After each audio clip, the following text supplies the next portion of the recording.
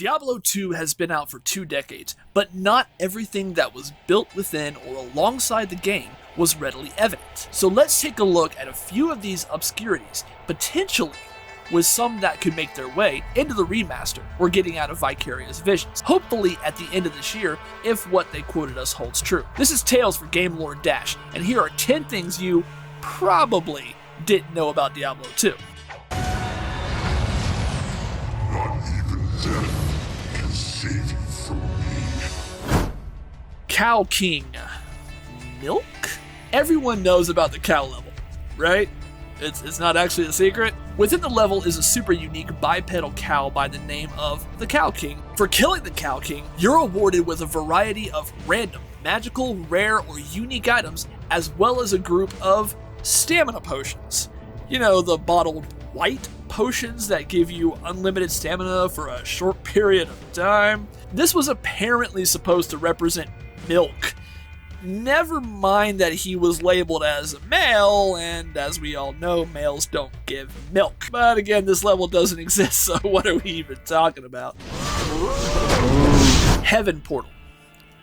Diablo 2 also once had a white portal that would appear at a certain point in the game, which was very likely a portal to the high heavens, and old concept work seems to confirm that there were designs for this in the works, which were instead pitched for Blizzard North's work on Diablo 3, and we all know what happened there. The quality assurance team that was formed to oversee the production of Diablo 3 liked Blizzard South, now Blizzard Entertainment's design, better, and this ultimately became the incarnation of Diablo 3 that we currently have.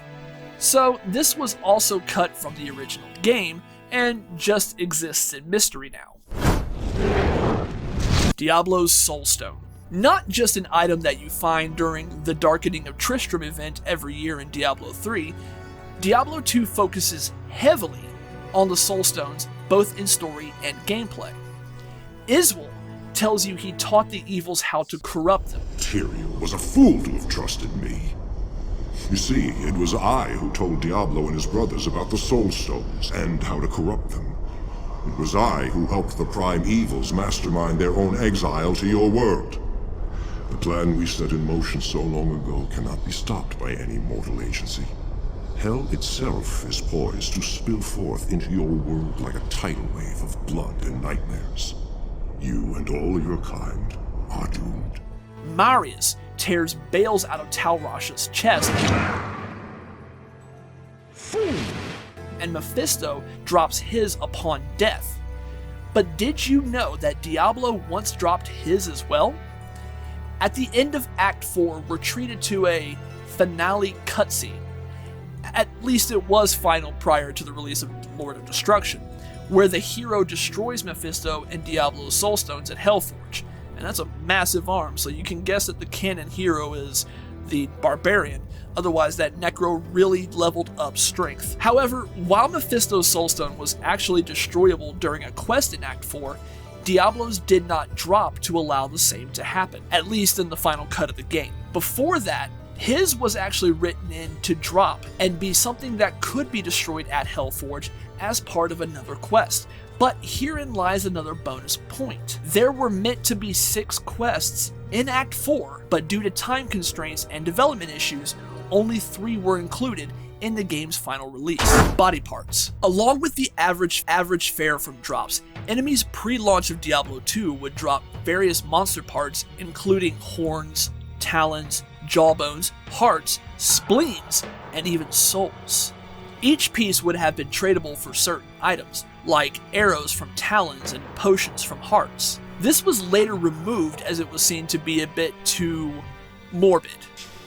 You know, in a game about fighting the monstrous denizens of the Burning Hells. Just, yeah, sure. Morbid. Hey, can someone tell Kaleem that his parts weren't morbid enough to be cut from the final game?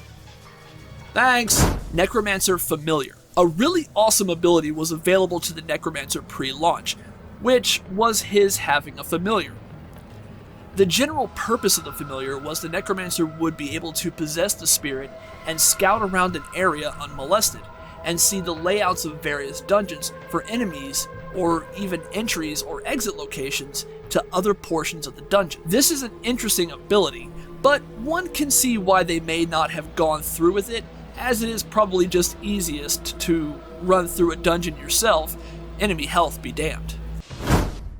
Druid's Eagle form. Along with the werewolf and werebear form, the Druid was originally designed with the ability to access an eagle form as well.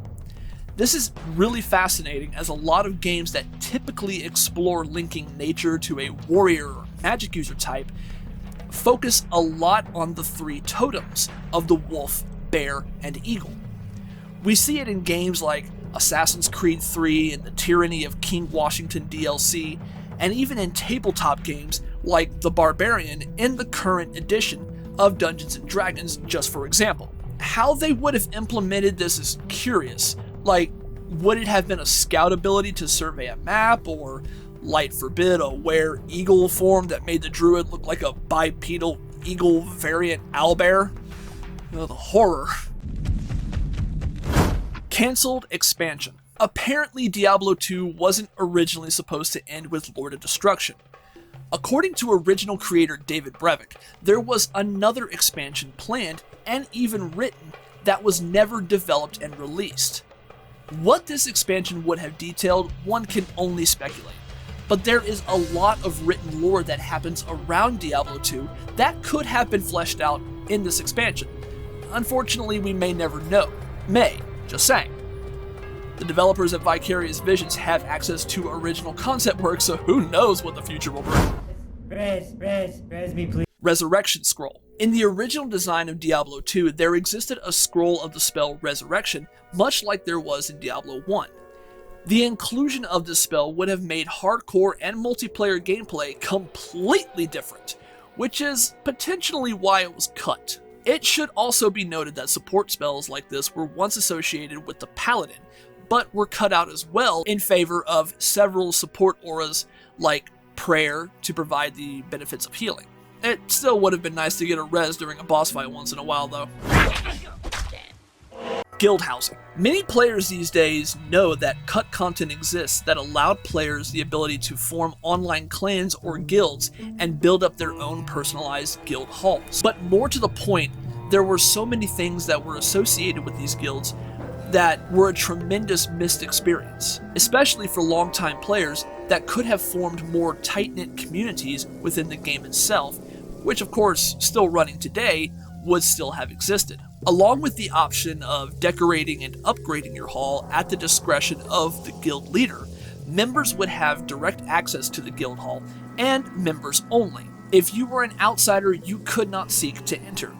This made the guild hall a secure area to access the various luxuries associated with possession of a hall, including an additional stash within for sharing with other players in the guild. Other features were considered, such as a dueling sparring area located out in the sort of courtyard area, but due to player volume and other very general issues, these were not fleshed out and likely were what ultimately led to this being cut from the final release. Shank the Overseer. The first super unique boss in Act 5, Shank the Overseer, is actually named after Phil Shank, one of the original designers of Diablo 2. Recently, he's been posting a lot on Twitter on memories from Diablo 2 and even provided some great information into the nature of Andariel, Bloodraven, and the Rogues, which Dash detailed in another video. Definitely give that a look and go follow Phil on Twitter. He's pretty great. It should also be noted that other names of super uniques can be attributed to members of the development team as well, including Kalenzo being named after Karen Kalenzo, and even something a bit more ridiculous, such as Rakanishu, which is an inside joke among the developers following a very odd-sounding sneeze. In Shank's case, it kind of makes you wonder why he was cracking the whip on everyone in Act 5. Great butt, though. Thoughts. So much cool content ended up being cut from the final release of Diablo 2, much of which would have added to the depth of the lore of the game and the history of its development, which is already extremely deep. And even after all these years, new information continues to pop up, and we'll continue to cover it as it does, as more and more insights become readily available. Maybe we'll see some of this even return in Diablo 2 Resurrected, but I probably wouldn't hold my breath on the matter. It will simply continue to live in the fog of mystery surrounding this amazing game.